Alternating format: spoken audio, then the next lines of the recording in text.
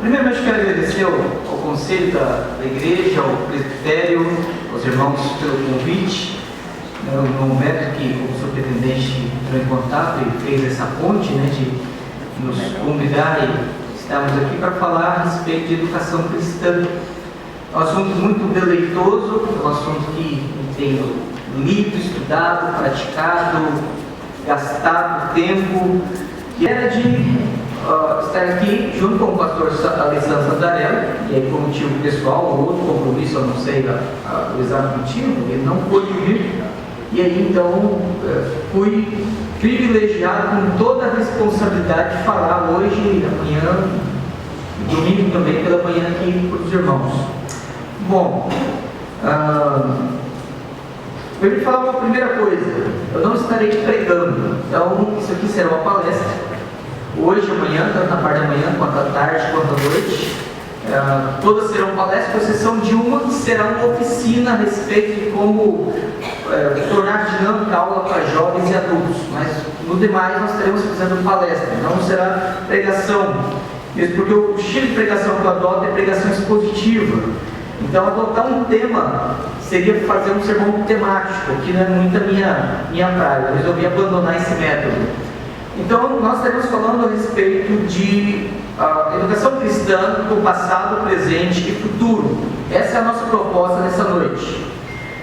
Como é uma conferência, como é uma palestra, nós vamos fazer o seguinte combinado. Sei que nós temos aqui vários professores, superintendentes, pastores, presbíteros, diáconos, irmãos que estão comprometidos com a educação em diferentes âmbitos, desde o discipulado, que é um trabalho de educação cristã pessoal, até um trabalho um pouco mais formal, dentro da igreja, e você então tem sido chamado por Deus para exercer essa responsabilidade.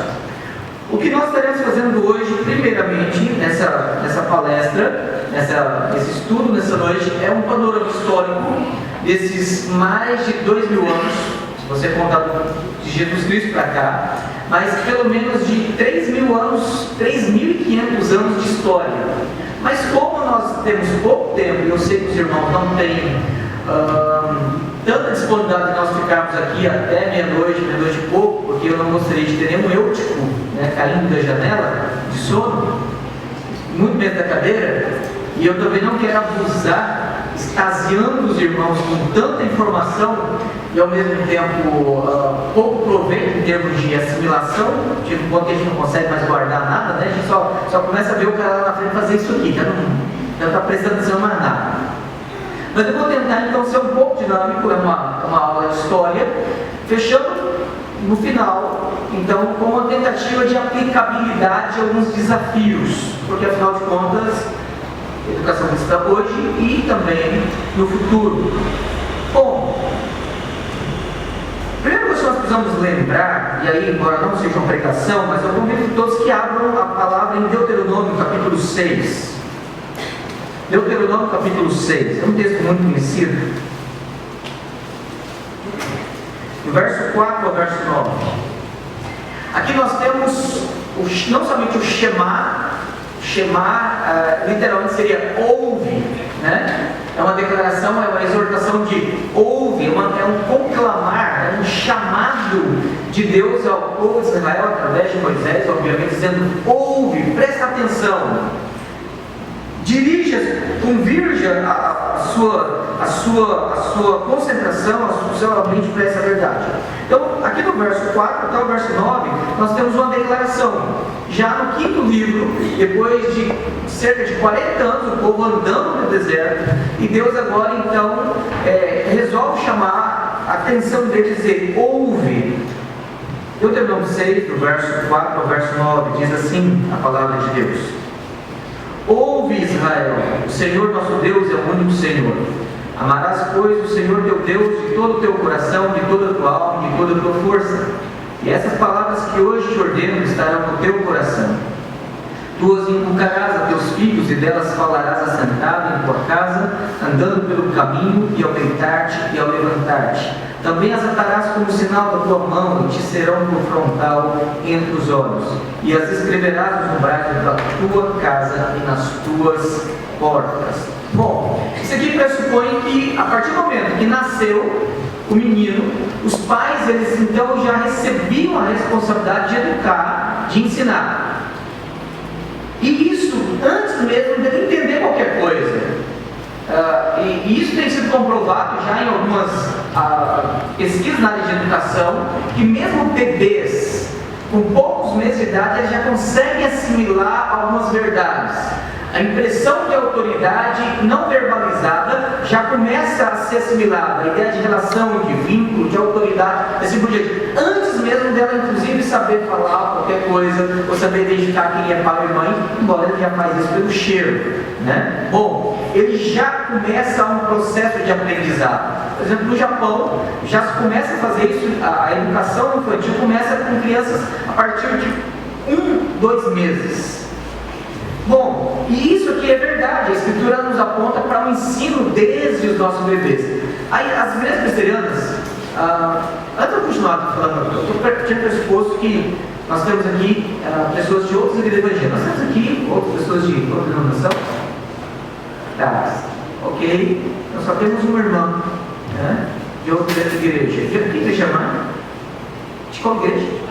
Então seja bem-vinda, né? Pessoal, maldosamente eles chamam de primo, mas eu não aceito, porque nós somos filhos do mesmo pai, né? Então somos irmãos. Seja bem-vinda. Então eu vou ficar mais à vontade. Quando eu citar, eu sei que tem irmã, mas eu estou pensando na irmã também, tá? Nas igrejas presbiterianas nós temos já um trabalho de educação cristã voltado a bebês. Então, de 0 a 2 anos, em geral, nas nossas escolas dominicais, nós temos uma classe para esta faixa etária, entendendo que eles são capazes de aprender.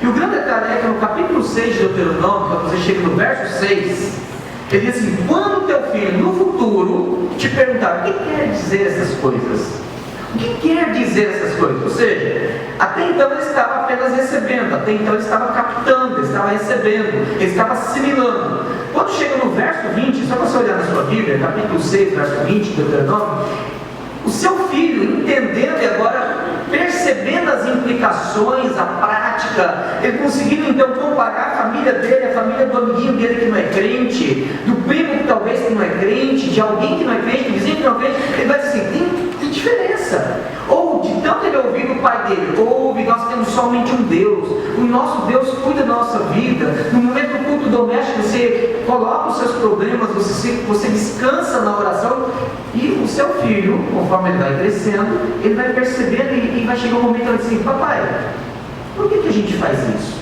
Papai, por que nós oramos? Papai, por que Deus é Deus? Quem criou Deus? Né? Deus tem mulher? E começa a ter aquelas perguntas difíceis, que no culto doméstico você passa um arroz danado para tentar explicar, decodificando na linguagem da criança. Né? Eu lembro quando a Rebeca tinha 3 anos de idade, ela perguntou assim para mim, Rebeca é minha filha mais velha: pai, Jesus está dentro do meu coração? Eu falei: está. Mas ele não está lá no céu, à direita de Deus Pai? Eu falei: está. Eu entendi a dúvida dela. Aí ela perguntou: como é que ele pode estar dentro do meu coração e lá no céu à direita de Deus Pai? Eu falei: tchau, agora. Aí a minha esposa disse: explica, teólogo. Uma criança de 3 anos. Isso em teologia foi assunto para quase 100 anos de debate no século XVII, chamado extracalvinístico, que é outro assunto para um outro momento, um outro horário, que não vai ser agora, tá? Mas, e uma criança de 3 anos entendeu e falou assim: pai, como que esse negócio é possível? E foi motivo de grande controvérsia teológica. O que nós entendemos e aprendemos, tem um teólogo chamado Ian Murray, ele é historiador, é fundador, um dos cofundadores da The Banner of Truth, que é considerada a maior editora reformada na Europa. Ele, no prefácio das obras de John Murray, ele escreve o seguinte: que as crianças, elas são capazes de aprender da mesma forma que os anjos do céu são capazes de aprender. A diferença é apenas a proporção e a densidade do alimento. Mas as mesmas verdades podem ser comunicadas para elas. Então, às vezes nós subestimamos as nossas crianças, nós subestimamos os nossos adolescentes, jovens e adultos. Eu estou falando aqui, nós subestimamos nós pastores. Às vezes nós pegamos um livro e falamos assim: esse livro aqui é muito difícil para você ler. Aí esse mesmo rapazinho de 17, 18 anos está lá na faculdade faculdade de medicina aprendendo uns negócios lá que nem eu sei falar as palavras em medicina que ele aprende.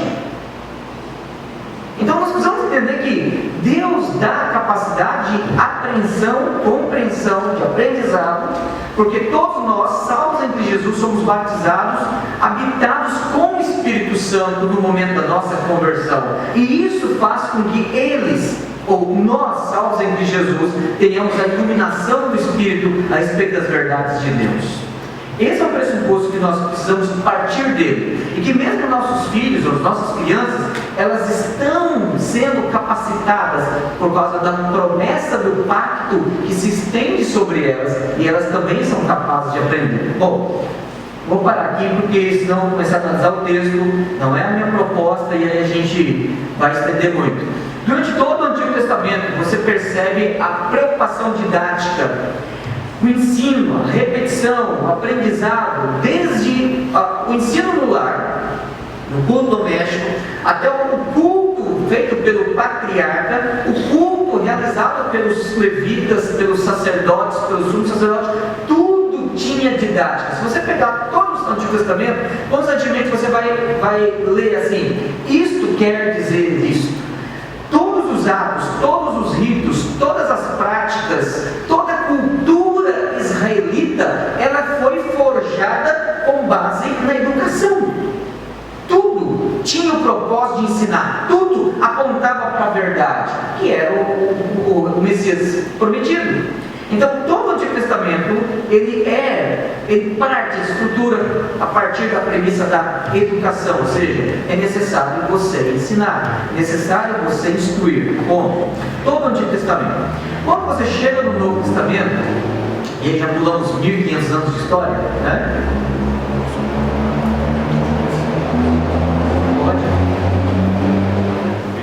Perdão atrapalhar, mas tem um Siena 4882 que está trancando aqui a saída, e tem uma pessoa precisando sair com urgência, tá? Só Siena 4882. Ok, então nós já eliminamos 1500 anos de história. Daí para a gente pegar e falar assim: olha, o período dos juízes, depois você tem o período sapiencial. Só no período sapiencial você tem toda a literatura sapiencial, que era não somente a instrução, mas a instrução levando a maturação e reflexão.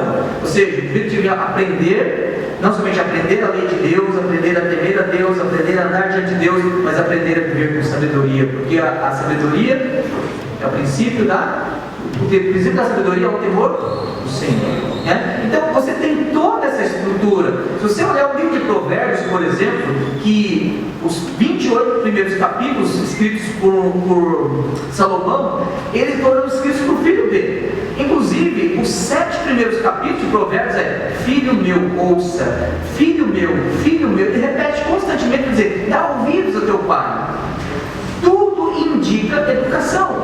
Se você pegar os profetas, tanto os maiores quanto os menores, nada mais é o povo sendo lembrado daquilo que eles deveriam obedecer. Era o povo desviando, os profetas eles tinham um papel, primeiro, de educação, segundo, de repreensão, terceiro, de advertência, quarto, de amaldiçoar aqueles que estavam em desobediência, e quinto, de reconduzir ao arrependimento e à restauração, e aí, em último lugar, de predizer o que Deus haveria de fazer. Então a predição dentro da função profética era o menor papel, embora não menos importante. Mas a principal importância dos profetas, inclusive a própria palavra profeta no hebraico, os irmãos aqui estudaram hebraico sabem disso, é nabi, que significa boca. Eles eram os bocas de Deus, eles eram aqueles que falavam da parte de Deus, na autoridade de Deus, para instruir o povo de Deus. Se nós lembrarmos, depois dos 70 anos do cativeiro, chegando já no período final do Antigo Testamento, o povo, eles haviam se tornado ignorantes da Escritura. Quando Esdras faz um púlpito e ele então começa a ler a lei, o povo começa a chorar, porque eles percebem o quão ignorantes eles eram na lei de Deus. Então a instrução era algo importante. No período interbíblico surgem os Hassidins, né? Que a palavra do hebraico significa os separados, aqueles que eram consagrados.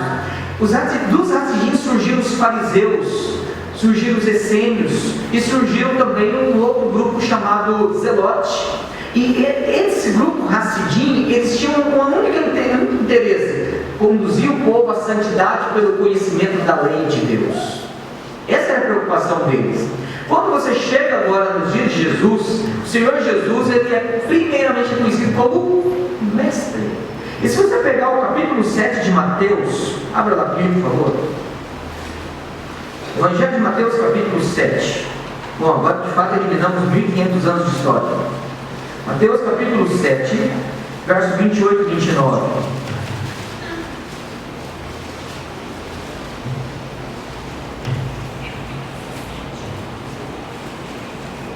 Mateus capítulo 7, verso 28 a 29. O evangelista Mateus diz assim: quando Jesus acabou de proferir estas palavras, estavam as multidões maravilhadas da sua doutrina, porque ele as ensinava como quem tem autoridade e não como os escribas. Jesus foi primeiramente chamado de mestre. Depois alguns começaram a dizer: vejo que tu és profeta.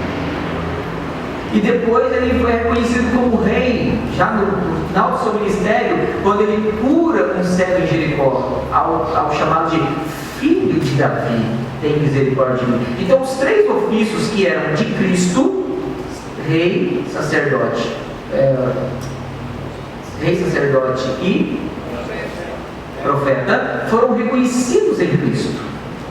E ele exerceu com autoridade. Bom, todo o ministério de Cristo, aí agora vamos lá para o capítulo 28 de Mateus, texto também certamente conhecidíssimo dos irmãos, versos 18 a 20, agora Jesus ressuscitado, glorificado, já preparando-se para ir assunto aos céus, assentar-se à direita de Deus Pai, Todo-Poderoso. Ele então agora organiza e dá a ordem da chamada grande comissão dos seus discípulos.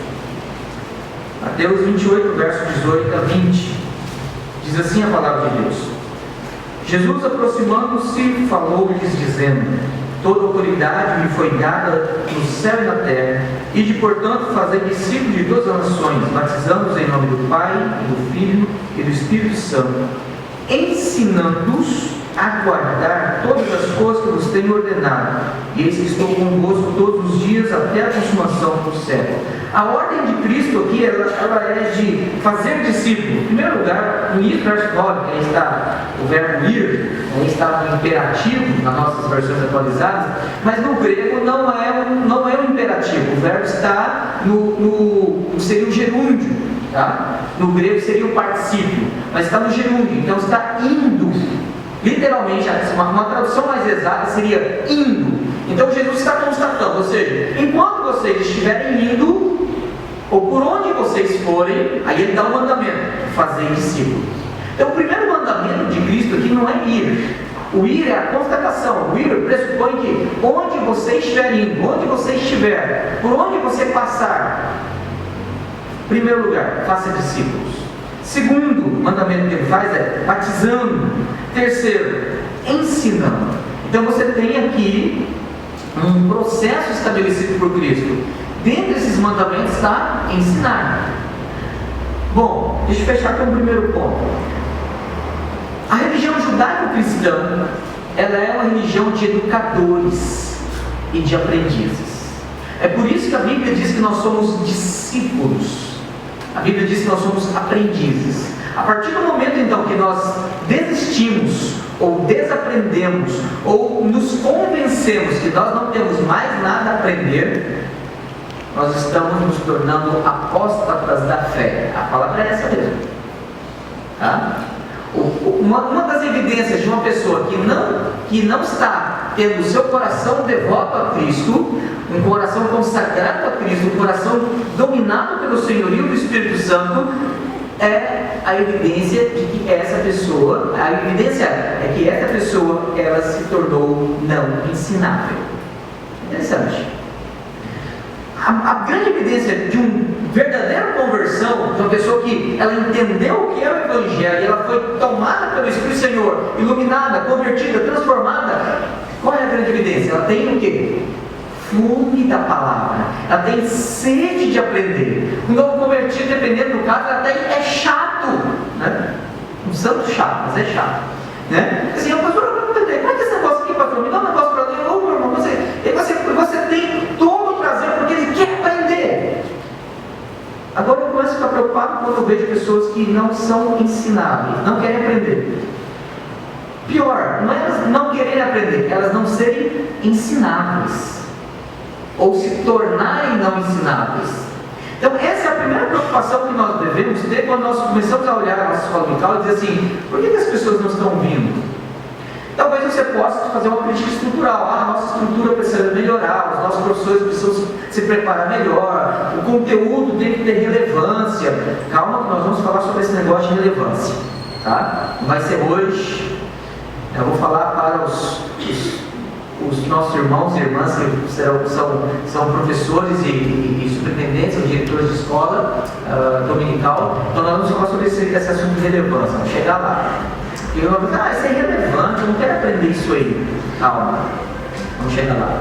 Então, nós vamos trabalhar o assunto com relevância e tornar melhor. Mas, isso nós estamos pensando no que a igreja oferece. Agora, é possível também você oferecer a melhor estrutura, ou uma boa estrutura, não talvez a melhor, sempre tem como melhorar, mas uma boa estrutura. E essa pessoa ela não demonstrar nenhum interesse. E aí tem alguma coisa errada. E aí nós precisamos realmente pesquisar ou discernir algumas coisas. Bom, eu não vou dedicar tempo isso aqui, porque isso aqui já seria outra palestra. Nosso ponto é histórico. Então você tem o Antigo e o Novo Testamento. E até o final do Novo Testamento, gente preparando gente. A liderança da igreja já foi Paulo instruindo Timóteo.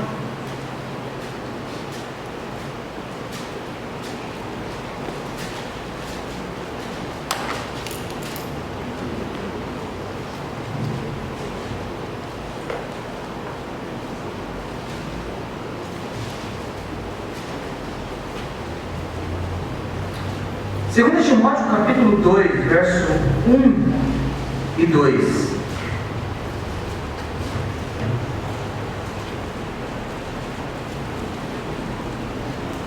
Timóteo estava pastoreando em Éfeso. E um dos propósitos de Paulo escrever essa epístola para Timóteo está aqui, 1:2, né? 2 Timóteo, capítulo 2, verso 8 e 2 diz assim: Tu, pois, filho meu, fortifica-te na graça que está em Cristo Jesus. E o que da minha parte ouviste, através de muitas testemunhas, isso mesmo transmite a homens fiéis e também idôneos para instruir a outros. Então, Timóteo deveria instruir estes homens, para que esses homens fizessem o quê? Instruíssem a outros. Então é um processo de multiplicação. A educação cristã não é um processo de retenção de conhecimento, de isolamento, de inchaço intelectual, mas é um processo de multiplicação. Você ensina para que outro ensine a outro. E esse é o processo. Então haja multiplicação. A mesma coisa Paulo fala para Tito. Tito,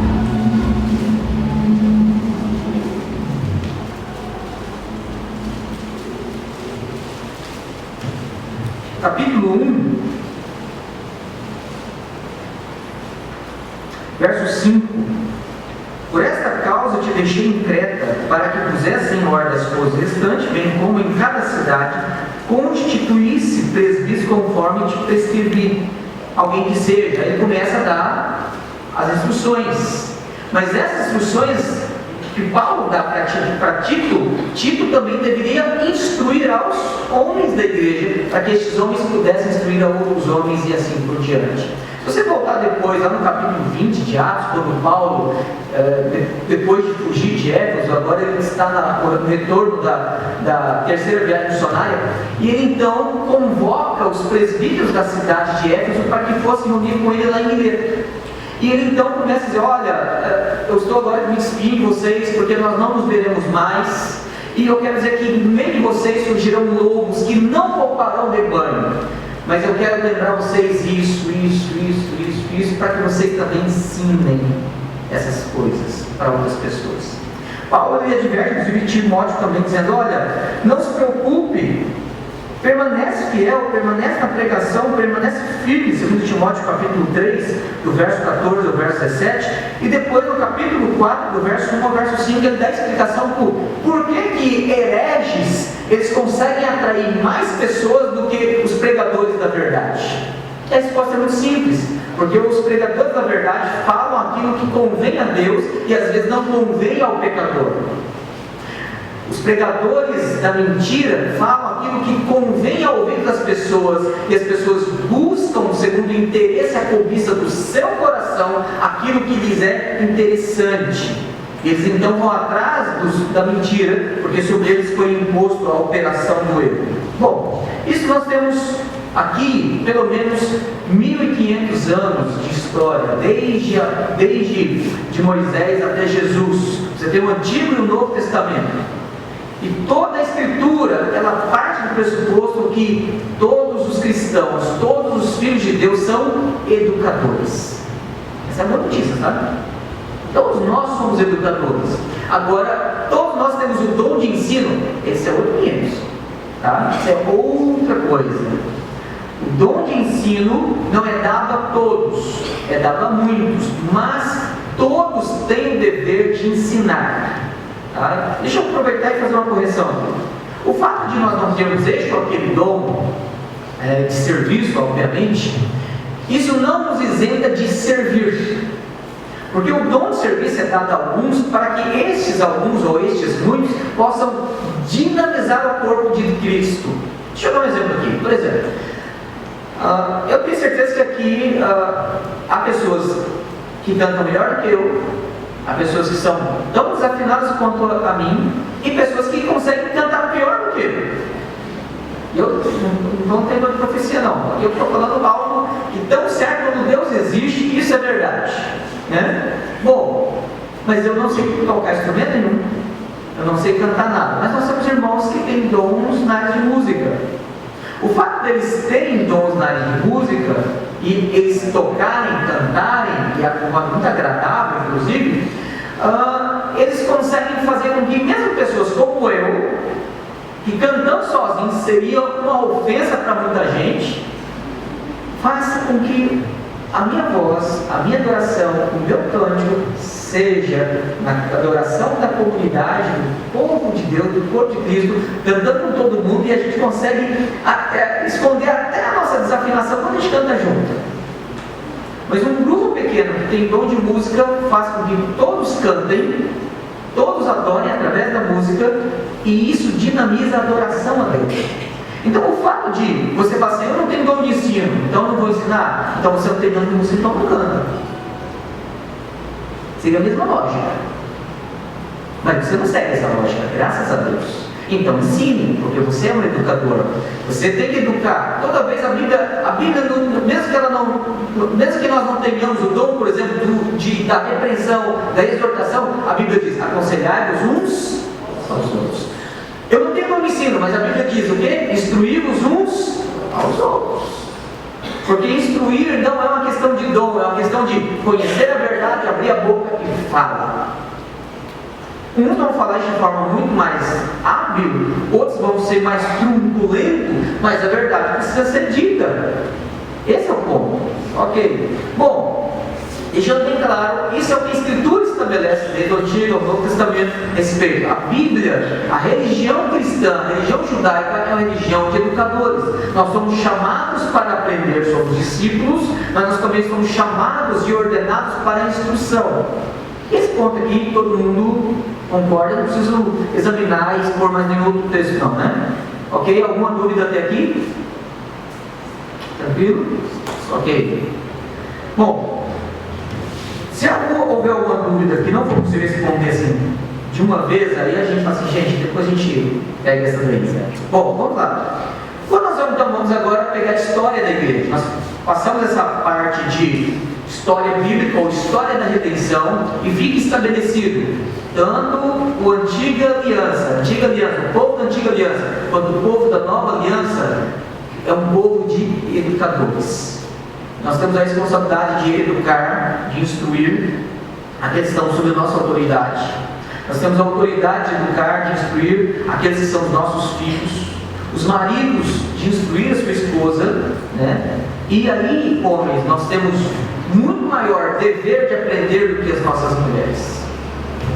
Eu quero trazer uma palavra aos homens aqui, né? Os homens têm maior dever de aprendizado do que as mulheres. Tá? Não estou dizendo que as mulheres não têm dever, mas quem lidera o lar, quem governa o lar, quem tem que ter sabedoria para tomar decisões no lar, a esposa, o auxiliar da esposa, a sabedoria da esposa, né? Homens sábios ouvem a sua esposa, homens sábios ponderam o que sua esposa fala, mas quem tem a palavra final é o homem, e não é para dizer sim senhora, né? Isso é o ponto, tá? É dizer assim, nós vamos tomar essa decisão. E Deus nos abençoe, porque se eu estiver errado, eu como chefe da casa vou ter as consequências. Ok?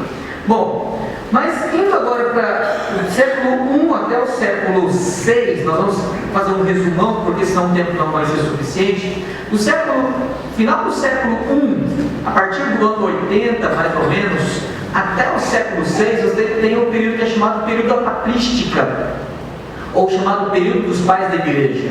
Por que eu estou colocando já no final do primeiro século? Porque se você... dois motivos. No ano 70, você tem a queda de Jerusalém, quando o general Tito invade lá, destrói, os judeus saem de Jerusalém, vão para Massada e tem aquele massacre. Em Massada tem um massacre, então a gente ajuda no processo mnemônico memorizar o nome da cidade. E então os judeus praticamente quase todos são exterminados ali na revolta dos judeus liderados por Bar Kokhba, que é o nome do cara que vai fazer a bagunça lá. Bom, os cristãos também nesse momento começam a sofrer perseguições. Inclusive os judeus são expulsos de Roma, os cristãos também, porque boa parte dos cristãos da Espírito são judeus.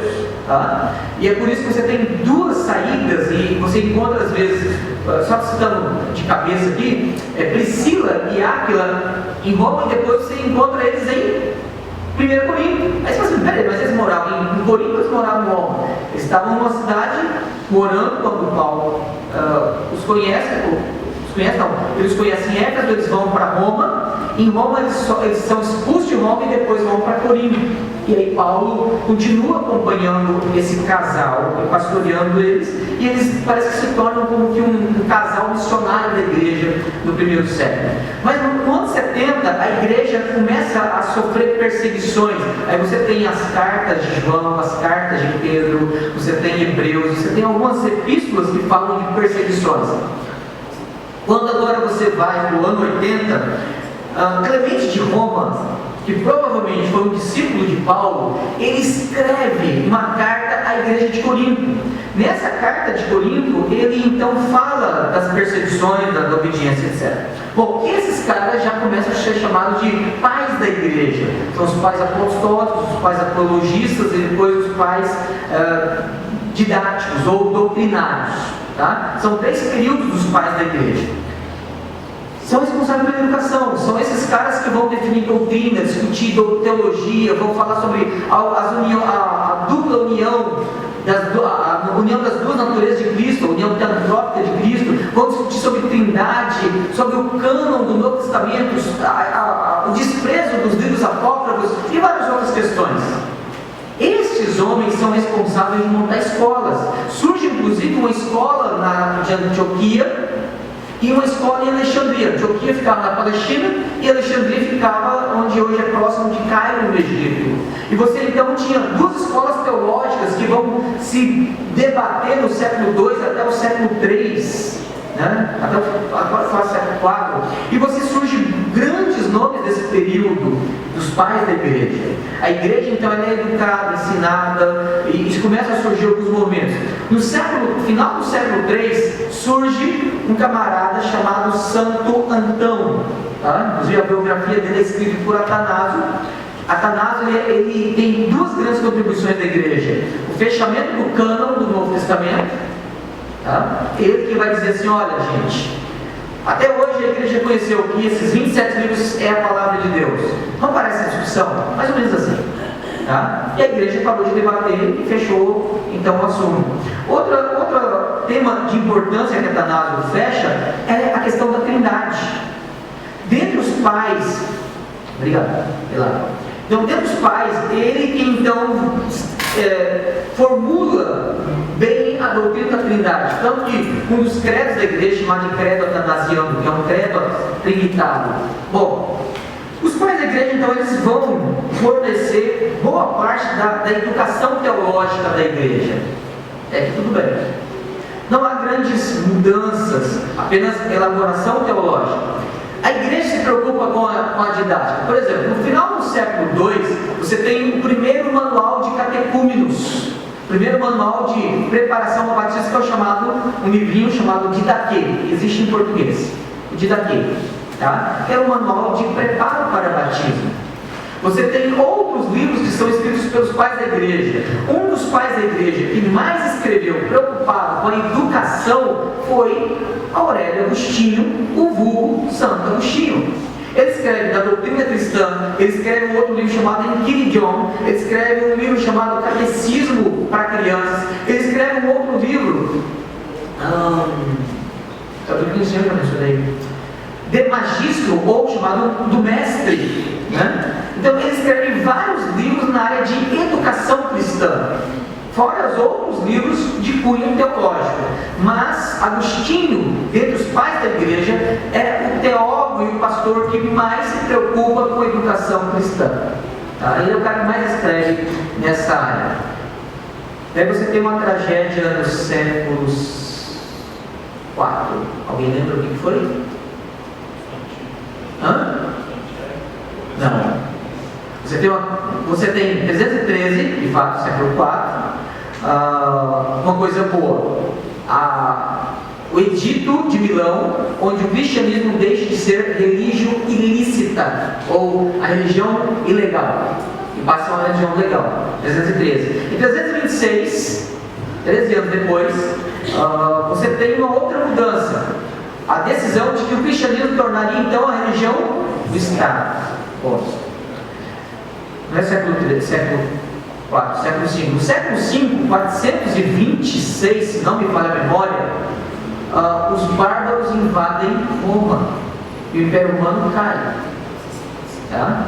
Com a queda do Império Romano, criou-se uma confusão, porque igreja e Estado havia se tornado um corpo só. Quando o Império Romano cai, as pessoas pensam o quê? A igreja também caiu. E a grande questão foi dito o seguinte: olha, gente, o império caiu, mas a igreja continua em pé. Tá? E você tem então um rebuo. Quando a igreja agora, nessa confusão de reestruturação com a invasão bárbara, no século VI, no século VI surge uma outra grande tragédia, né? O Maomé. Para o mundo, a tragédia do mundo. A religião islâmica. Esses caras, em menos de 100 anos, eles conseguem invadir todo o Oriente Médio, todo o norte da África, começam a invadir o lado oriental da Europa e conseguem chegar, inclusive, até a Península Ibérica, onde seria mais ou menos Portugal. Esses caras, em 100 anos, fazem tudo isso. É o projeto que o ISIS está querendo fazer, tá? Quem não sabe. Quem sabe o que é ISIS? IS, depois dá uma pesquisada que o negócio está ficando feio para lá. Eles estão querendo chegar aqui também. Bom, eu acho que eles não vão conseguir não, mas eu gosto de não ficar dormindo no berço esplêndido. O que acontece? Esses caras conseguem invadir tudo isso aí. Então você tem séculos 6 e 7, os muçulmanos dominam toda a Europa, tanto oriental como ocidental. Quando agora eles, do sul da Europa Oriental até no extremo contra a Europa Ocidental, na Península Ibérica, eles agora pretendem subir para invadir a região dos francos, onde seria mais ou menos a França. Eles dão de cara com Carlos Martel e ele consegue expulsar aqueles caras, e agora eles se organizam e começam uma campanha de expulsão dos muçulmanos da Europa, isso no século VIII, tá? Eles vão expulsando essa turma. Bom, a boa notícia é que eles conseguem expulsar todos os muçulmanos da Europa. Século IX, século X, você então tem a reestruturação da Europa, reestruturação demográfica, a reestruturação política. Do século VIII, então, o Papa tem uma grande ideia. Bom, a Europa virou bagunça, o Império Romano caiu, a Igreja desfacelou, né? Havia uma briga a respeito de quem é o bispo que manda. No século VI, Cipriano já tinha escrito um livro chamado De Unitate Ecclesiae, ou seja, a respeito da unidade da igreja. E o ponto da unidade da igreja, defendido por Cipriano, era: a unidade da igreja é o bispo de Roma. Ele então aproveita esse momento para dizer: olha, a unidade da igreja se dá na submissão ao bispo de Roma, e o bispo de Roma então agora organiza ou reorganiza toda a Europa, e toda a Europa agora passa a ser governada por um príncipe geral, que é o príncipe dos francos. E aí começa a dinastia carolíngia. Ok? E aí tudo bem. Porque, gente, eu estou contando aqui para dar estrutura. Mas onde está a educação no meio dessa conversa toda? A educação estava nos monastérios. E você pergunta assim: por que o período da Idade Média é um período de trevas? Porque a igreja deixou de ser educadora e deixou de ser aprendiz. Esse foi o grande problema. Nesse período, a Europa tornou-se um antro de obscurantismo. Os muçulmanos tinham anos-luz de conhecimento, haviam inventado a bússola, haviam inventado a luneta, haviam inventado várias técnicas de medicina, de amputação, de sangria, matemática, álgebra. Os muçulmanos estavam lá na frente, enquanto a Europa literalmente tinha caído no barbarismo. O pessoal, desculpa a expressão dos presentes, o cocô deles corria na porta da casa deles, porque o princípio básico de higiene havia sido desaprendido pelos cristãos. Tamanha era a ignorância deles. Isso não é óbvio. Bom, quando agora no século XI há a reforma dos monastérios, no século XI acontecem dois grandes eventos na Europa que vão mudar a vida da Europa. Uma para ruim e uma para boa. A boa é que houve a reforma dos monastérios. E a reforma dos monastérios foi: para que servem os monastérios? Essa era a pergunta. Para fazer com que as pessoas fujam do mundo e se enclausurem dentro do escuro, do úmido quarto, faça voto de pobreza, de celibato e viva somente para a igreja e as suas orações e aprenda latim? E aí eles vão dizer: não. Então nós precisamos pensar em viver para o povo. Essa foi a grande questão. Nós precisamos viver para o povo, então nós precisamos ensinar o povo, nós precisamos letrar o povo, nós precisamos ensinar técnicas de plantio para o povo, nós precisamos ensinar matemática para eles, nós precisamos ensinar medicina para eles. Nós precisamos ensinar o povo. Todo o conhecimento se reduzia aos monastérios. Então essa é a primeira redução. Só que poucas pessoas iam para os monastérios aprender. Precisava acontecer um outro evento. Vai acontecer daqui a pouco. Outro grande evento do século XI, ele começa as chamadas cruzadas. Houve 4 grandes cruzadas, né, que levaram milhares de pessoas para a Palestina. E as cruzadas nada mais foi do que uma tentativa de retomar a Terra Santa. Essa era a proposta. Nessa brincadeira de ir retomar a Terra Santa, a gente Padedel morreu. Até os portugueses, os ancestrais, entraram nessa brincadeira. Foi quando surgiu o sebastianismo. Né? Para quem já leu alguma coisa aí. Bom, Ricardo Coração de Leão, na Inglaterra, que foi e nunca mais voltou também, e aí virou outra lenda, né? Bom, o que vai acontecer a partir de então? Pelo menos 11 movimentos de cruzadas, mas pelo menos 4 grandes, fazem com que as pessoas passem a ter muito medo da morte. E eles têm contato com a cultura desenvolvida árabe. E a cultura europeia, então, com esse contato, está desenvolvida. Tá? Desenvolve tecnologia com a madeira de aço. Aprendem a importância da educação infantil, coisa que havia se perdido. Tá?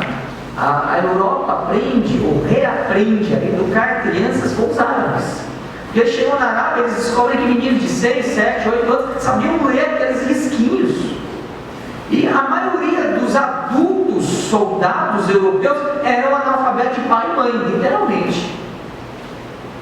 E isso, inclusive, dificultava os combates. Eles percebiam que soldados bem treinados, soldados letrados, soldados que conheciam códigos, eram muito mais hábeis no combate, no manejo da arma, do que eles que não sabiam nada. Então sabia só ir lá e furar o cara com a espada, né? Bom, acaba no século XII, então, as cruzadas.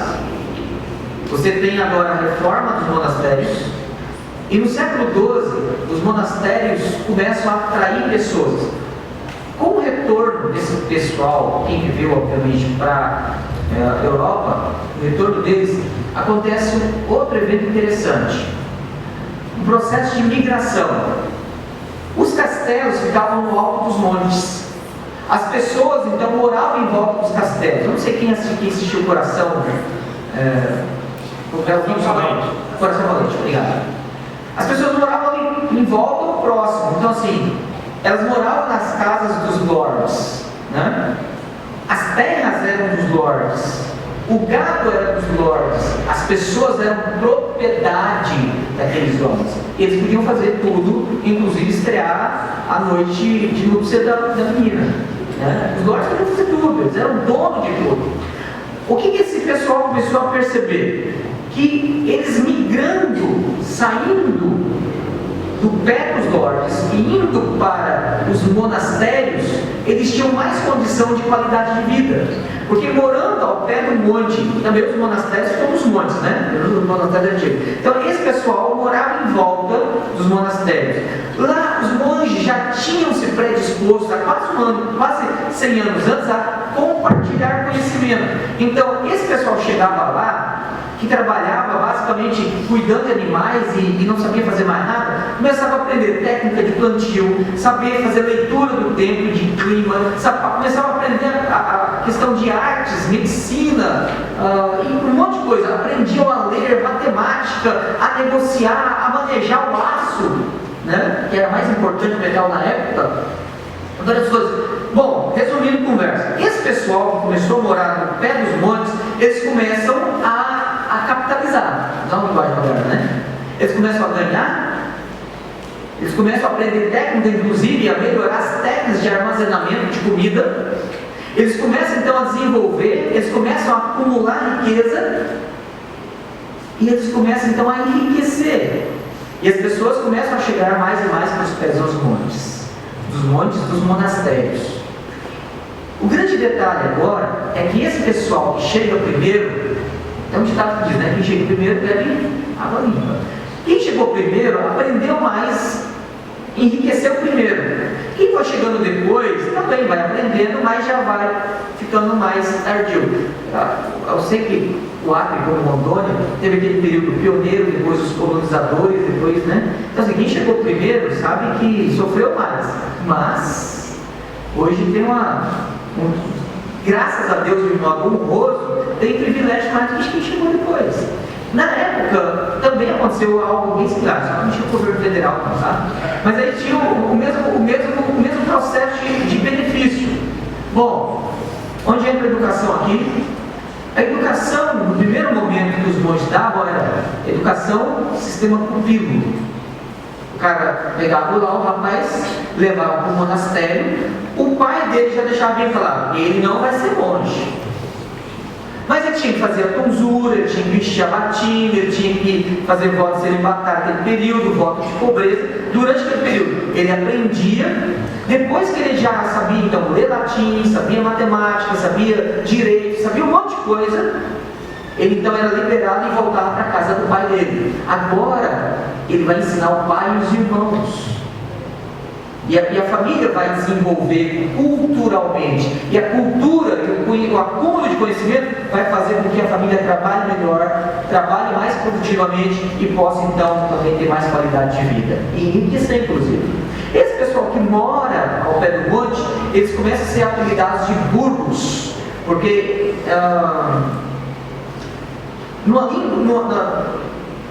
eu não sei dizer o nome da língua, mas assim, há uma raiz para várias línguas europeias, como o celta, o inglês, o saxônico, o germânico, tá? Em que algumas palavras elas são palavras comuns. E uma palavra que é muito comum, porque é a região montanhosa da Europa, é a palavra burgo, ou burg, tá? Que significa monte.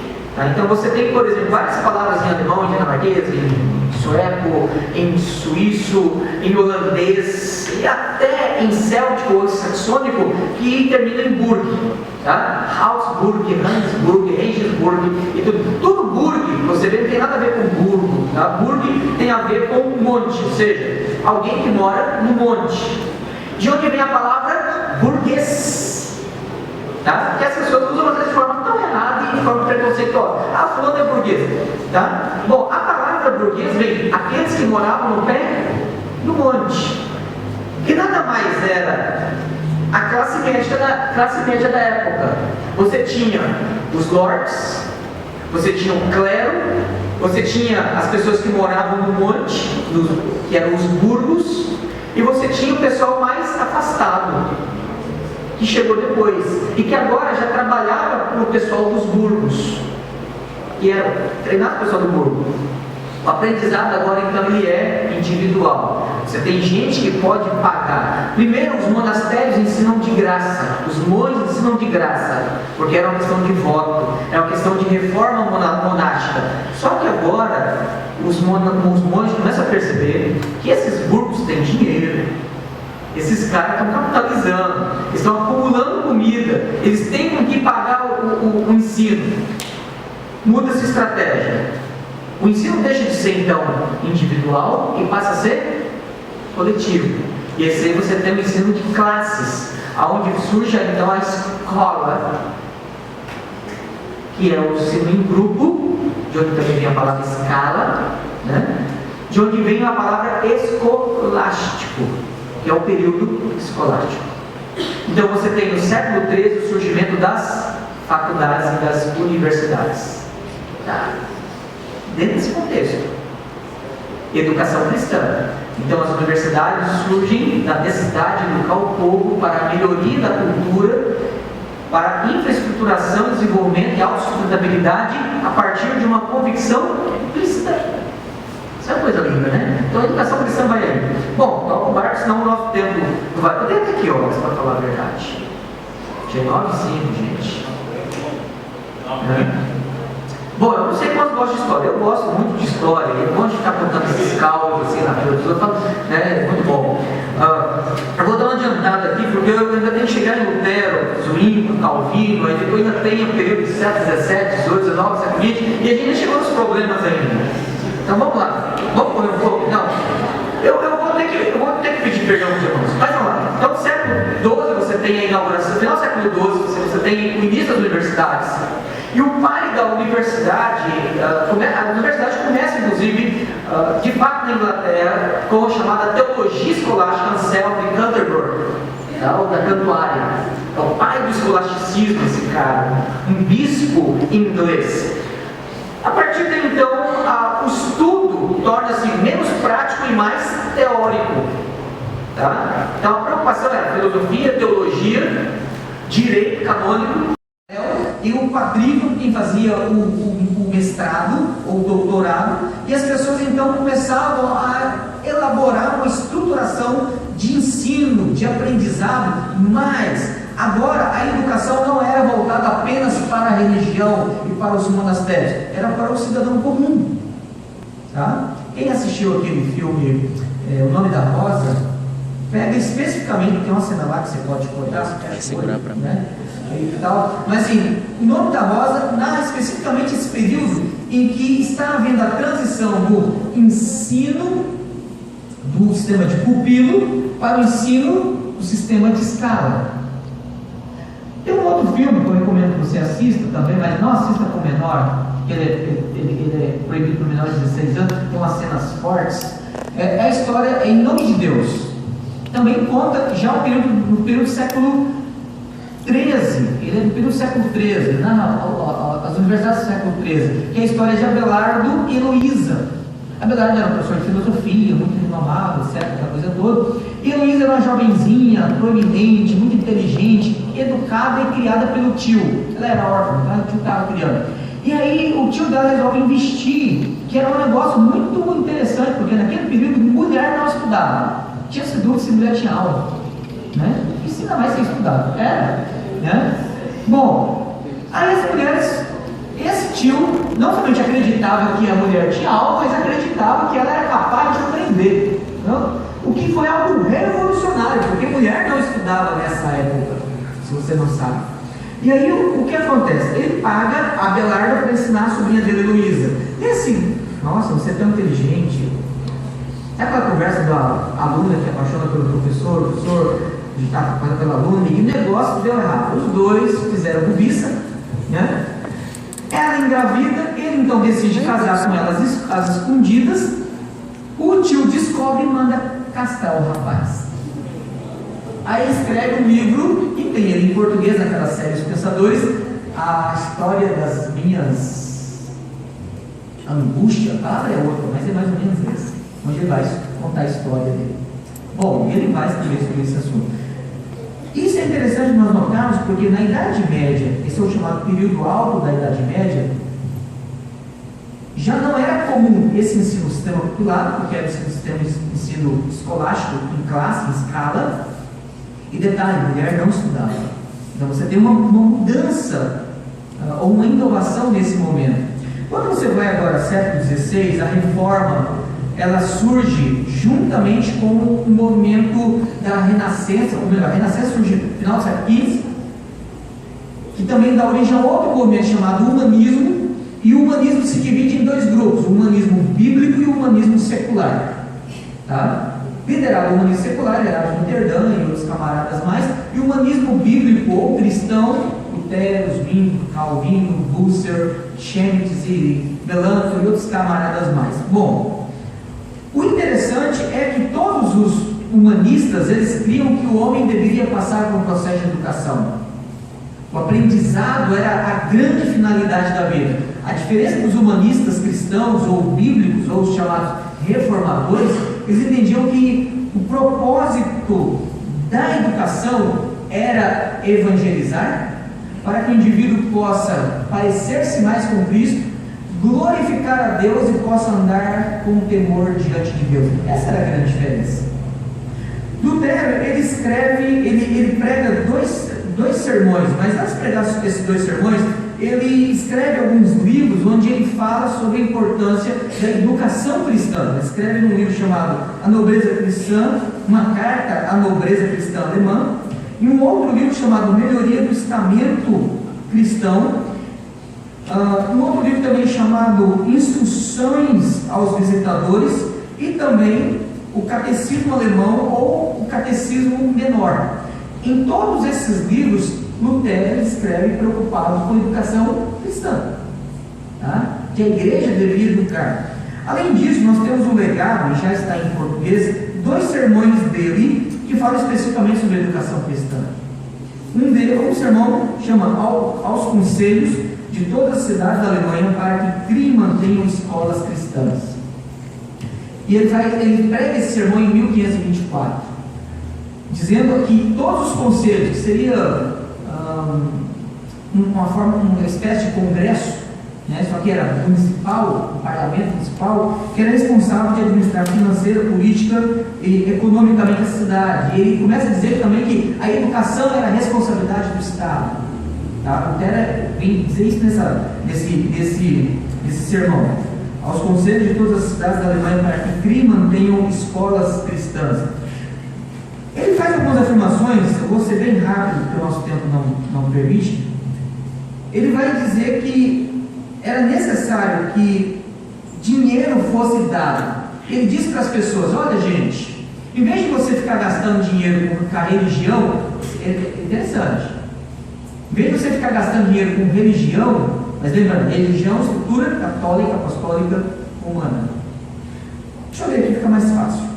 Também cada cidadão deveria pensar o seguinte: até agora despendeu inutilmente tanto dinheiro e bens com indulgências, missas, vigílias, doações, espólios testamentários, missas anuais pelo falecimento, ordens mendicantes, fraternidades, peregrinações e toda a confusão de outras tantas práticas desse tipo, estando agora livres dessa ladroeira e doações para o futuro pela graça de Deus, que doravante doe por agradecimento e para a glória de Deus, parte disso para a escola, para educar as pobres crianças, onde estará sendo bem empregado. O que ele está dizendo aqui é o seguinte: em vez de você ficar gastando dinheiro com essa estrutura idólatra, pagã e supersticiosa, pega esse dinheiro e faz o quê? Doa para a escola, para que as nossas crianças possam ter conhecimento, e o conhecimento da verdade, como diz Jesus, as liberte. Esse era o ponto dele. Ele vai dizer outras coisas. Ele vai dizer algo aqui interessante para os pais. Em minha opinião, nenhum pecado exterior pesa tanto sobre o mundo perante Deus, e nenhum merece maior castigo do que justamente o pecado que cometemos contra as crianças quando nós não as educamos. Ele diz que o maior pecado que uma pessoa possa cometer é de omitir a educação para uma criança, porque ela vai cair na ignorância, na superstição e na desgraça.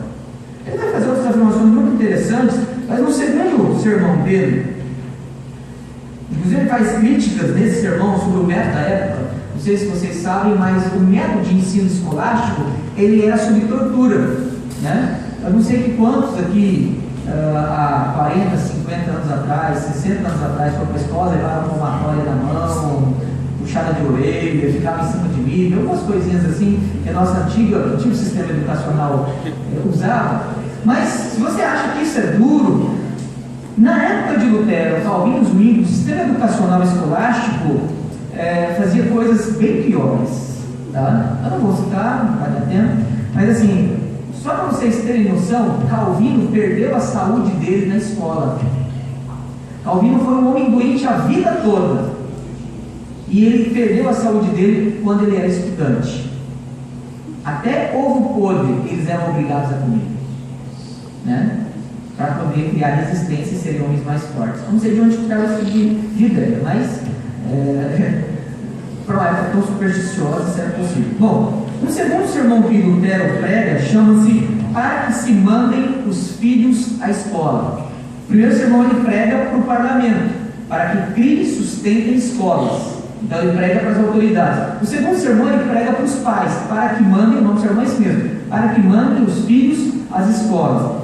A tese básica de Lutero nesse sermão é a seguinte: que pais que não enviam filhos para a escola deveriam ser mortos.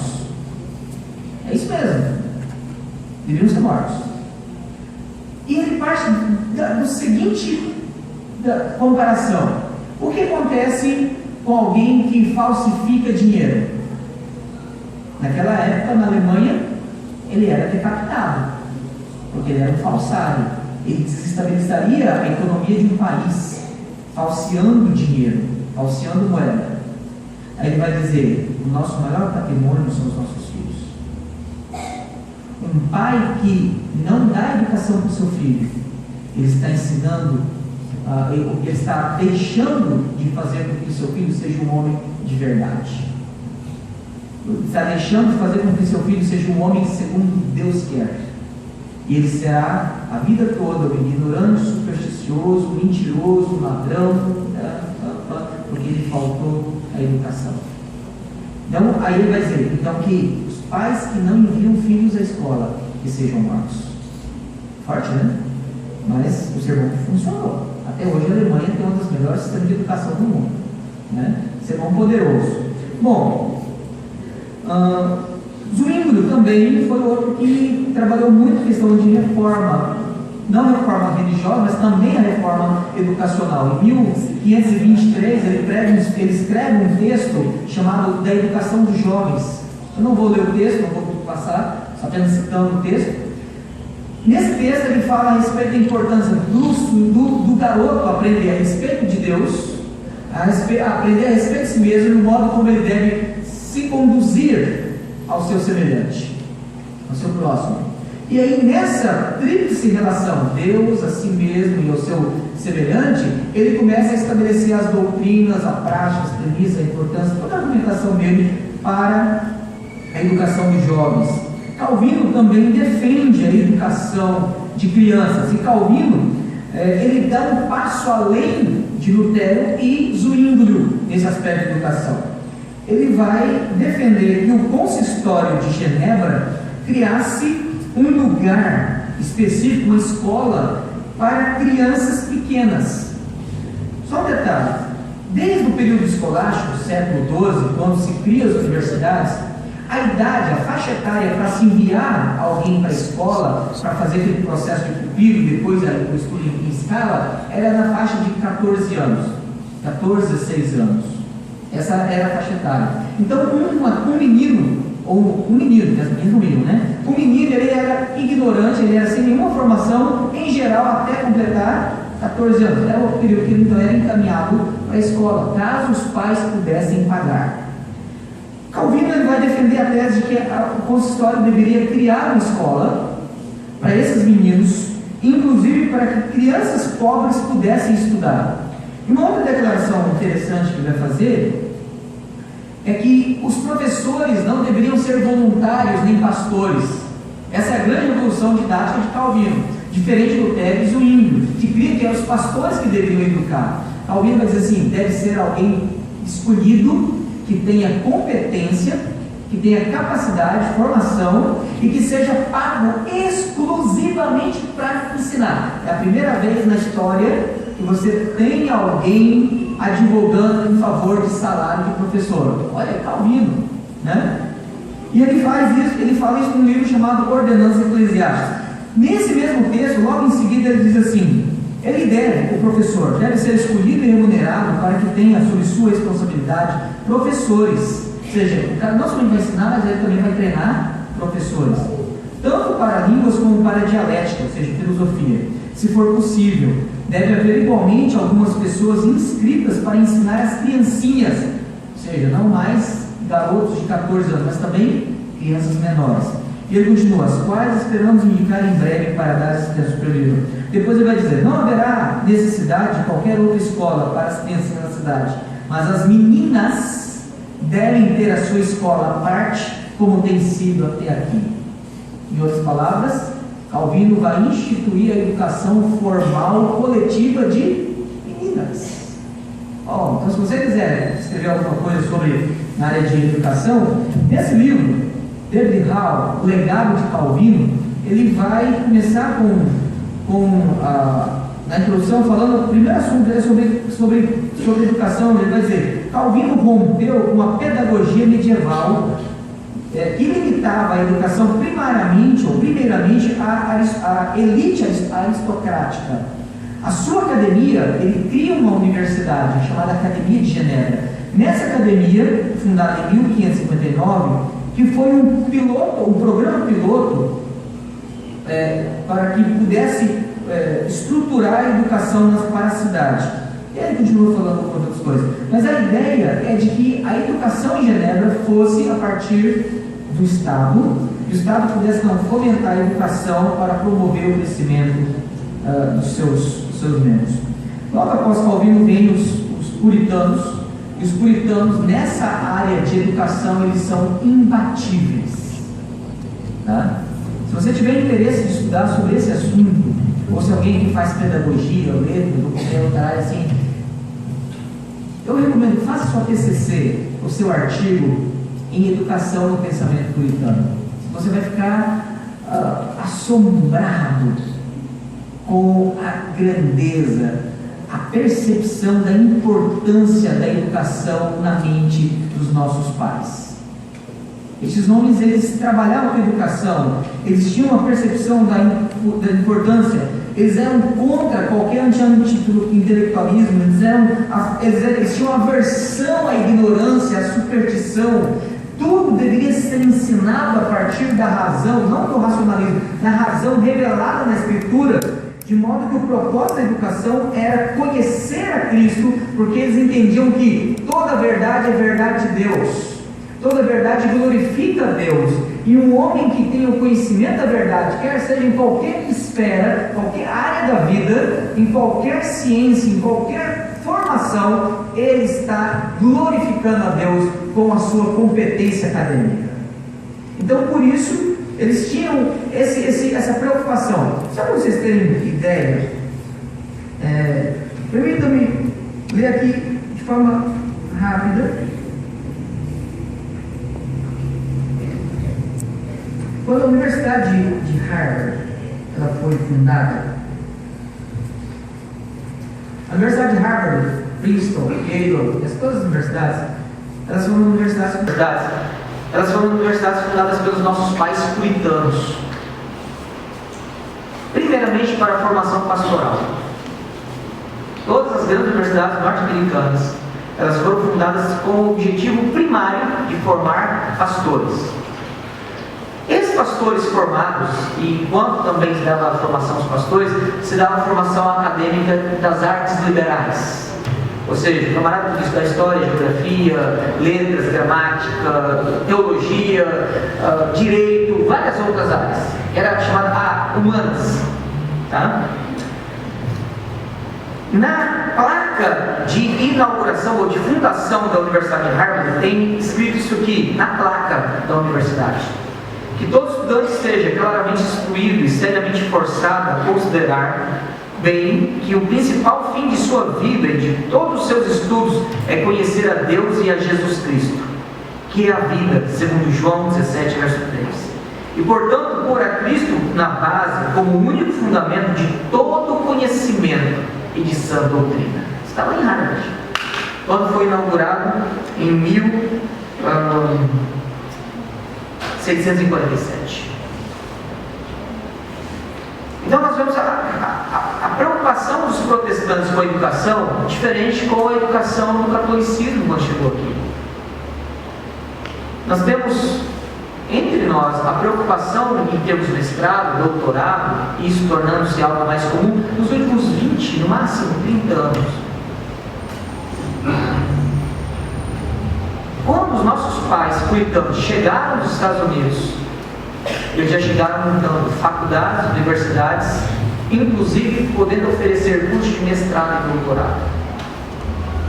Essa é uma diferença muito grande do entendimento de que o voto de pobreza não é algo de Deus, porque pobreza não glorifica a Deus. A ignorância não glorifica a Deus. A superstição não glorifica a Deus. Então o conhecimento é algo que deve ser trabalhado na vida das pessoas. Bom, século XVII, século XVIII, você tem então a expansão do protestantismo. No século XVIII você tem os avivamentos.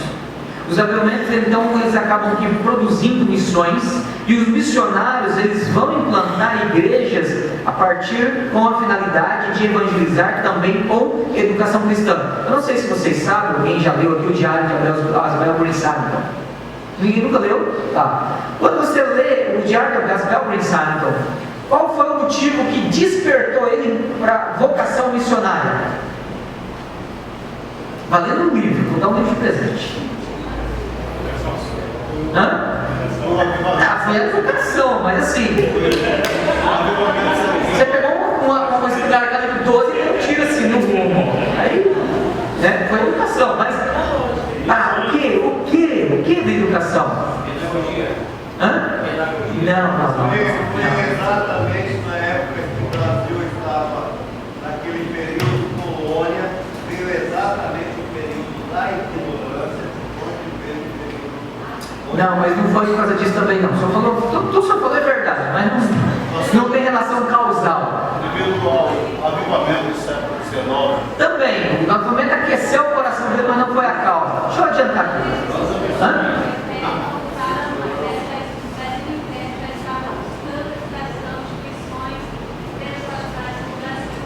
Não, também não. Deixa eu adiantar aqui que ninguém acertou, infelizmente eu não vou poder dar o livro e valeu a boa vontade. Tá.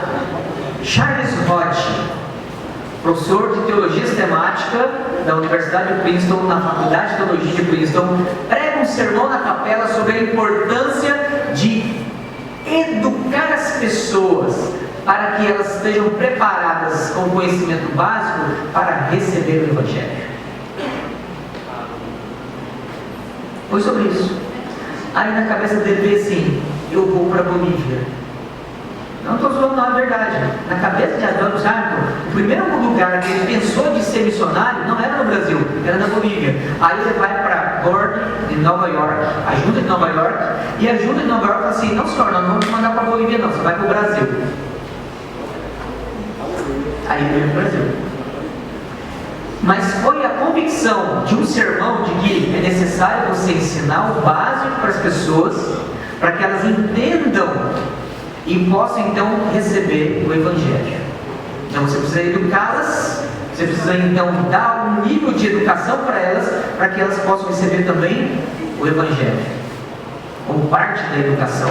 Bom, ele vem, a primeira coisa que ele faz já é traduzir livros para o português.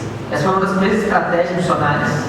Agora o sábado vem, volta para os Estados Unidos depois de 3 anos, casa com a dona Elizabeth, aí vem para o Brasil de novo. Quando ela chega grávida, no primeiro ano ela dá à luz a Isabel, a filha, e ela morre 9 dias depois do parto, né?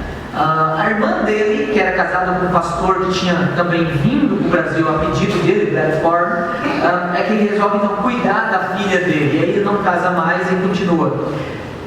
O primeiro culto de escola dominical realizado no Brasil pelos cristianos só foi a partir do momento em que a esposa dele veio. Os 3 primeiros anos que ele foi pastor, ele só dirigia culto, ele não fazia escola dominical. Quem inculca a necessidade de fazer escola dominical foi a esposa dele. Só que detalhe, quase 6 anos antes, Robert Calley e Sarah Paul Calley, que era uma ex-presbiteriana que havia se tornado congregacional de origem escocesa, lá no Rio de Janeiro, na Baixada Fluminense, tinha implantado a primeira igreja evangélica no Brasil, né? Compositora de hinos e tal. Eles são o pai da escola dominical brasileira. Então eles começam, então 6 anos antes mais ou menos, as belgas sabem, então. Mas sabe também, assume a ideia e continua. O trabalho dos presbiterianos desenvolve muito mais do que os dos congregacionais, por 2 motivos. Embora a escola dominical inicie com os congregacionais, a estrutura de escola dominical dos presbiterianos é mais forte. A educação teológica, conteúdo presbiteriano é mais forte. A preocupação em traduzir e publicar literatura em língua portuguesa para alcançar os nativos, os brasileiros, era prioridade. Não sei se vocês sabem, mas o primeiro livro evangélico a ser traduzido para a língua brasileira, português, foi O Peregrino, em 1870, alguma coisa assim. Né? Em 1880 e alguma coisa foi traduzida o esboço de teologia do Archibald Hodge, filho do Charles Hodge, que foi reeditado recentemente pela PES em português, né? Então você vê já literatura de grande valia, de grande importância na literatura mundial, que já sendo produzida no Brasil. E nesse primeiro momento se cria o chamado seminário primitivo, em que Sarton, Blackford, Schneider, um outro camarada que eu não lembro o nome, criam esse seminário para dar aula lá no Rio de Janeiro. E aí começa essa educação teológica. Então, os presbiterianos sempre preocupados com a educação teológica. Os outros missionários que vão chegando, abrindo igrejas e implantando também escolas. Aí a escola, tanto escola para moças e rapazes, quanto escolas, como estão, escola americana, né, no Paraná, São Paulo, que depois se torna Mackenzie, a escola de Lavras, Agnus, e várias outras escolas que vão se tornando faculdades depois do desenvolvimento do século XX. A educação cristã, ela é prioridade. Os batistas, a irmã Batia está aí, né? Foi embora. Mas os batistas também têm essa preocupação com a educação cristã. Inclusive, criam-se cursos de educação cristã. Tá? Enquanto os presbiterianos criam curso de teologia, mas os batistas criam curso de teologia e educação cristã.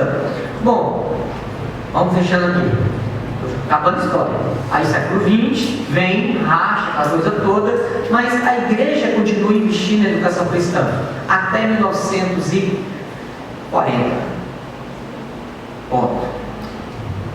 Por motivo diverso, a igreja cristã no Brasil, ela dá, aí vamos agora fazer o corte nós, né? Deixa o mundo nós. Em 1940 nós temos um problema sério de corte de verba, porque a nossa igreja mãe, já querendo dar autonomia para nós, isso acontece em 1950, né? Em 1940 já começa a cortar verba. O envio de missionários diminui, a criação de novas escolas também praticamente cessam, todas as nossas grandes faculdades e escolas americanas, elas se dão até 1940. Depois disso, nenhuma mais é implantada ou criada no Brasil por iniciativa americana. Mas as demais continuam sendo estruturadas. A ideia de escola dominical e educação cristã é algo que está inculcado na identidade presbiteriana, né? Tanto na formação pastoral, quanto na formação de liderança e na formação dos seus membros. Então isso é algo que está inculcado na mentalidade presbiteriana desde a nossa chegada no Brasil, ou melhor, desde a chegada dos primeiros presbiterianos no Novo Mundo, nas colônias que depois vieram se tornar os Estados Unidos. A ideia de educação cristã é algo que faz parte da nossa identidade, como já falei. O outro ponto que nós precisamos observar, a partir daí, dentro da nossa história, é que houve um gap, houve um vácuo de educação teológica na IPB. Tá? O liberalismo teológico entra na IPB. Nesse período, em 1924, a nossa igreja-mãe, a PCSOA, a chamada PECUSA, que é a nossa igreja-mãe, ela fez uma besteira muito grande. 1924, ela, na sua Assembleia Geral, ela aprovou a Auburn Affirmation, ou a Declaração de Auburn. Na Declaração de Auburn, nesse documento, afirmava o seguinte, que ninguém deve ter a sua ordenação repugnada, ou seja, cassada, impedida, e ninguém deve ser disciplinado por negar 5 doutrinas. Tá? Essas doutrinas seriam a inspiração da Bíblia, a divindade de Cristo, os milagres de Cristo, a ressurreição de Cristo e a vinda física de Cristo para juízo. Ou seja, você podia negar essas 5 doutrinas e ser membro da igreja normal. Você poderia ser pastor e dizer a Bíblia não é inspirada e não ser caçado por causa disso. 1.300 oficiais da nossa igreja-mãe em 1940. Esse foi o primeiro tiro no pé que a nossa igreja-mãe deu em direção à apostasia. E de lá para cá ela vem cada vez mais se apostatando. Na década de 50, ela assimila a teologia de um teólogo suíço chamado Karl Barth, o barthianismo. E hoje ela é barthiana roxa. E aí, a partir de então, ela começa, depois na década de 30, ela cancela a obrigatoriedade da subscrição confessional. Depois adota outras teologias, aí o negócio vai descambando. Agora, recentemente, há 2 anos atrás, não sei se vocês sabem, eles aprovaram a New Auburn Affirmation, que é o documento fazendo menção ao primeiro documento de 1924, que é a aprovação de ordenação de homossexuais praticantes. Há 2 anos atrás. A nossa igreja-mãe, que nós já não temos vínculo com ela desde 1950, tá? Vínculo oficial. No mandato do pastor Guilhermino Cunha, ele tentou restabelecer vínculo. Não sei se vocês lembram, não sei quem era mais atento, mas graças a Deus o Digério Bonilha estava lá e bateu o pé, apresentou todos os problemas teológicos que a PCSOA estava passando, e aí o plenário do Supremo Conselho assustou com o negócio assim: nós não queremos nada com essa igreja mais. A nossa mãe se apostatou e nós não queremos mais nada com ela. Bom, a IPB então ela passa um período de vácuo de educação cristã, mas não para as escolas dominicais, não para os institutos bíblicos, mas os nossos cursos de bacharel em teologia têm um período de crise desde a década de 40 até a década de 80. Tá? Só para vocês terem ideia, desde a década de 40 até a década de 80, o manual de teologia usado nos nossos seminários era do August Ralph Stron, um teólogo batista. Aí nós vamos entender algumas coisas.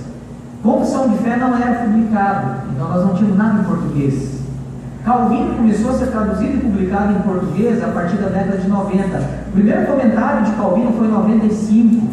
As Institutas, a primeira edição foi em 89, num português que o doutor Valdir de Carvalho Luz traduziu, que ninguém conseguia ler aquele negócio. Quem conhece a Fromet sabe o que eu estou falando. Não estou falando mal, não. estou descrevendo, né? Bom, e aí nós temos uma certa carência, que graças a Deus, a partir de 1995, eu lembro a data certinho, porque foi o ano que eu entrei no seminário, o reverendo Cláudio Marra, né, que ele não era doutor, ele foi então nomeado pelo Supremo Conselho em 94 para ser editor da Casa Editora Presbiteriana, que ele assumiu só para fechar, né, enquanto instituição, embora exista enquanto pessoa jurídica, e a editora Cultura Cristã, que já existia, mas não publicava muita coisa, teve dinheiro injetado no Supremo Conselho para poder se tornar a potência que, graças a Deus, é hoje, e tem dado lucro, inclusive, para a igreja. Nesse mesmo período, Deus tocou no coração de 3 homens: Gerhard van Drommel, Simon Kistemaker e Fred Kloster. Esses 3 doutores em teologia, Fred Kloster, doutor em teologia histórica e sistemática, Gerhard van Drommel, doutor em Antigo Testamento, e Simon Kistemaker, doutor em Novo Testamento. Denominações diferentes, áreas diferentes e morando em regiões diferentes dos Estados Unidos.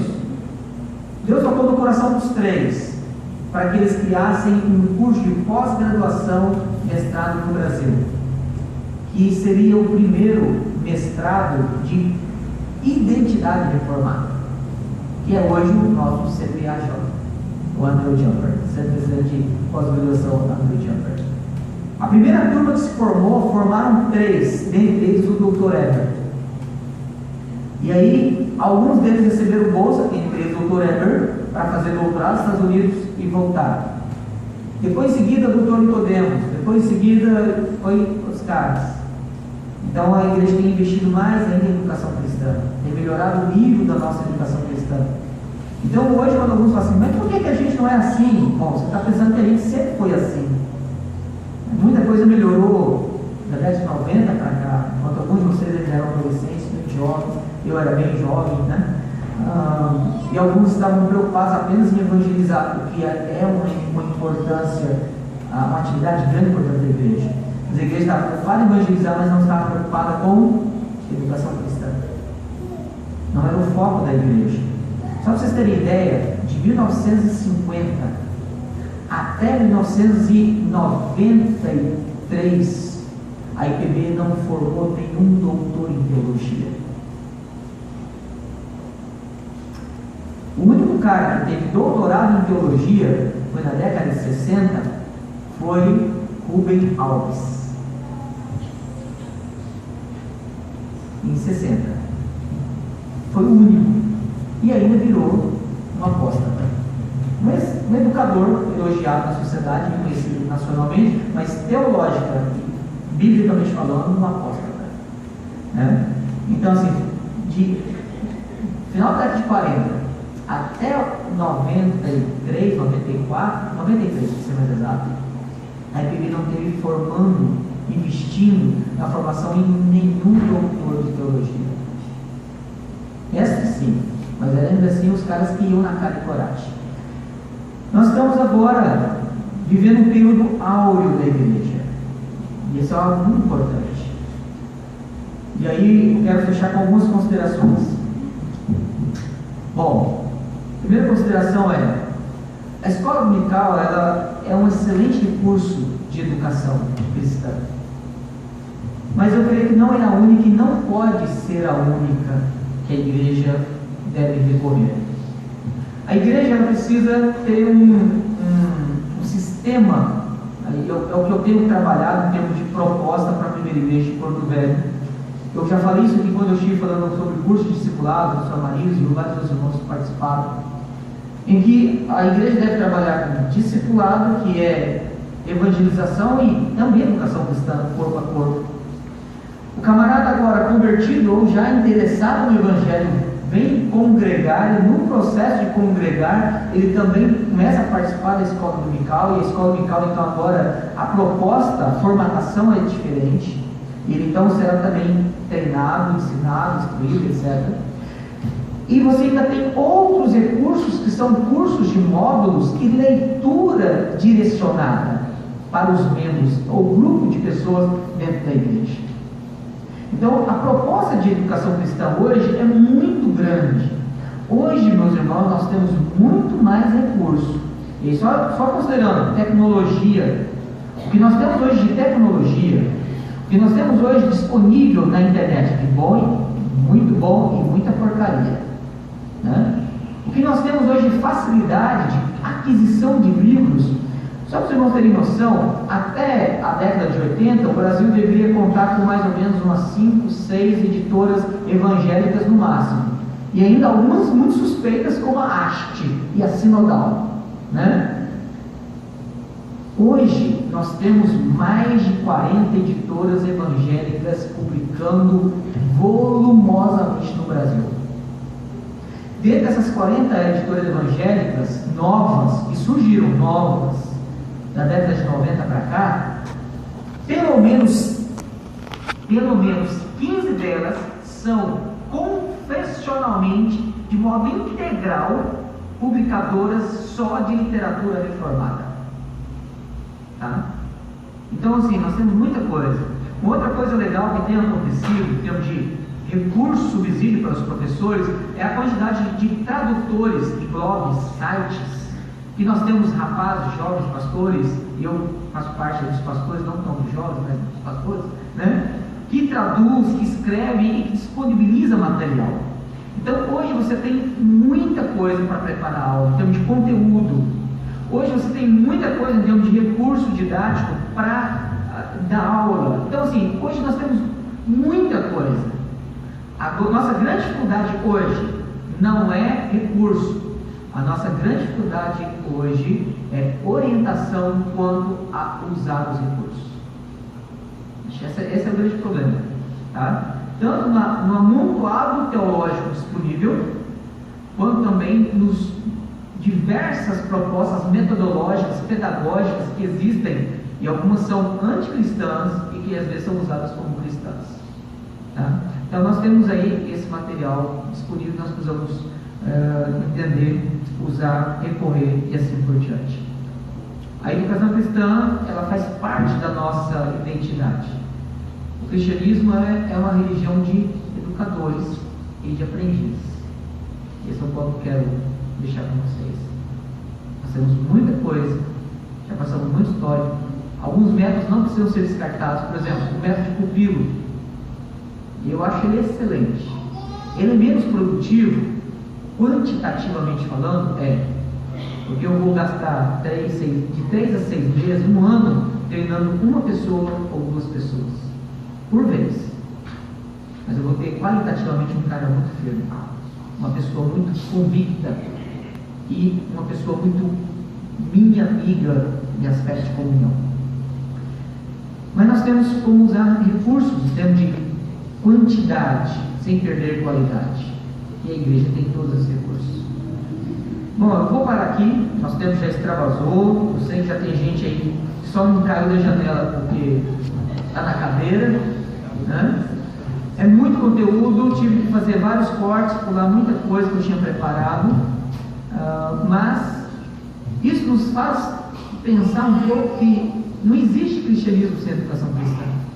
E não existe piedade, espiritualidade, devoção, vida de santidade sem conhecimento, sem estudo, sem pesquisa, sem aprendizado. Não existe. Então, pensar em ser igreja e desprezar o aprendizado é algo ruim. Deixa eu só fazer uma observação final aqui. Aí eu já entrego a palavra para o Beto. Eu fico preocupado com as novas igrejas que têm surgido por aí. Comunidades, igrejas, não sei o que e tal, etc. Elas surgem, a preocupação delas é abrir apenas um salãozinho para culto. E ali é música, um sermãozinho de 15 ou 20 minutos. Não existe nenhuma estrutura para a educação cristã, escola dominical e etc.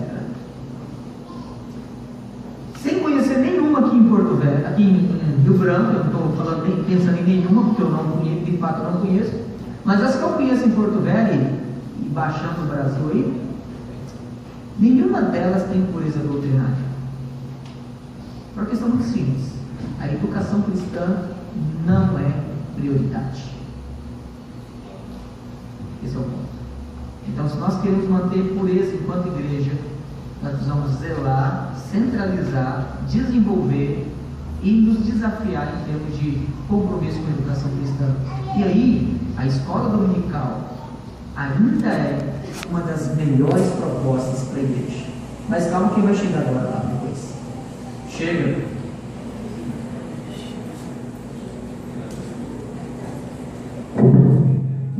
Agradecemos então nosso irmão pastor Everton Tokacheque, e esse foi só o início do nosso congresso, tá? Os irmãos podem pegar só avisos finais antes de nós orarmos. Eu gostaria até que o pastor Elvis pudesse vir aqui próximo, que é um dos que estão ajudando a organizar o nosso congresso e é pastor desta igreja. Então eu gostaria de pedir ao pastor Elvis que viesse aqui à frente para fazer a oração final. E você pode pegar o seu programa, tá? Então, a palestra que nós tivemos esta noite foi sobre passado, presente e futuro da educação cristã na igreja, tá? Amanhã de manhã nós iniciaremos às 8 horas da manhã. Então, por favor, acorde cedo, coloque o seu despertador, tome café reforçado e às 8 da manhã nós estaremos dando início ao nosso devocional, e às 8h30 teremos a nossa segunda palestra, e você vai poder pegar o nosso programa, e a nossa segunda palestra será sobre dinamizando a direção da escola dominical. Então é a questão mais organizacional de uma escola dominical. E teremos a nossa primeira oficina às 10h30, teremos uma parada, um coffee break, e às 10h30 nós teremos a nossa primeira oficina com a doutora Grace Guadalupe. Eu gostaria até de explicar aqui, nós nos nossos cartazes, nas nossas divulgações, nós divulgamos que seria o nosso irmão Minoru Kimpara. Só que infelizmente a passagem dele, que era para ter sido emitida só amanhã na parte da tarde, emitiram para hoje. E aí ele não pôde estar conosco, e ele mesmo indicou a nossa irmã Grace, que é doutora nessa área de educação cristã, e a oficina dela é sobre dinamização do ensino na escola dominical. Então é mais uma oficina mais técnica, tá? Nessa área de pedagogia, de como dar uma aula, ferramentas para você dar uma melhor aula. E à tarde nós teremos as nossas oficinas simultâneas. Então pegue lá, você que já tem o crachá, que já fez sua inscrição, passe lá na frente. Outro aviso: nós teremos alguns livros sendo vendidos ali atrás.